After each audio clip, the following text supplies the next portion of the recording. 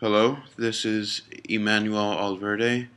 Today is August 22nd, 2012, and I will be reading the questions and answers to an interview I had with a colleague of mine. His name is Eric Alexandros.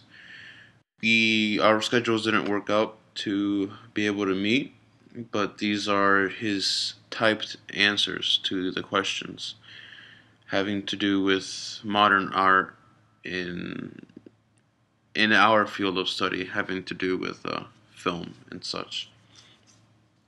So the questions or the interview goes as follows. Question 1. What do you see as the role of the visual arts in our mass mediated world, and particularly in your profession? I see the role of film in our mass mediated world is dominated by two things: entertainment or business, and artistic or communication. The entertainment world of film has the goal to produce movies that are directed towards the widest audience possible and tend to abuse action and technology, while having minimal subtext and creativity. The artistic world of film aims to communicate a message about our current society through dialogue and subtext of the plot. Great artists are about the view of society as a whole, our flaws, and how that will affect us in the future. Question 2. With new communications and media technologies, imagery is almost instantly available. Do you believe that this is having a positive or negative influence on the industry? There's always pros and cons to new technology. Cell phones and SLR cameras allow anyone with creativity to be an indie filmmaker. This is good because it doesn't cost as much to shoot digital over film, but this also creates an overwhelming amount of competition. This is bad for the creative indie filmmaker because their work will take longer to be seen because of the abundance of people trying to do the same thing, regardless of their ability. Question 3. What popular images do you see that are frequently rechanneled throughout the entertainment industry? Bob Marley is a big face that comes to mind. I grew up seeing his face on shirts, listening to music, and being inspired by his words before I realized he died a decade before I was born. I believe this is because of the message he was communicating. For those who understand what his songs were about, he was speaking out against those who run our world into the ground.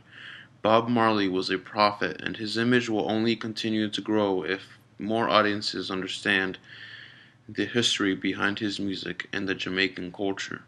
The cover of cult films also stick to mind.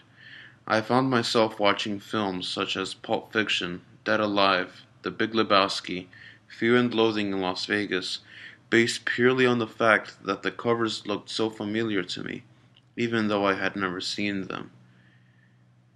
Question 4. Are there popular images that your industry has created? The cult film covers I had mentioned in the last answers come to mind. The other big images you think of in classic movies would be films such as Citizen Kane, North by Northwest, and Psycho.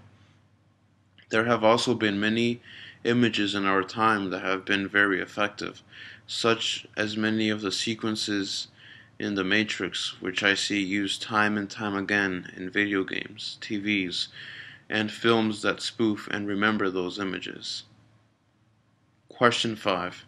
Who is a favorite visual artist, and/or what is your favorite style of visual art? My favorite visual artist when it comes to film would have to be Stanley Kubrick. If I take a step back and view the history of film since the beginning until present, I feel Kubrick's work stands above all others. Going through all his films, you find yourself in an odyssey of diverse emotions, themes, and images that stick in your mind forever. From 2001 to Clockwork, Full Metal Jacket, or Eyes Wide Shut, he consistently perfects his style of amazing production design, combined with classical music that eases your perception into a somewhat surreal world. His films feel more like symphonies, using simple title cards and intermissions with slow-paced orchestra. Question 6. How has your knowledge of famous artworks influenced your creative process? I try my best to view the best outdoors from a timeless point of view. Many people tend just to view the new big budget films which studios throw millions of dollars into just to sell tickets.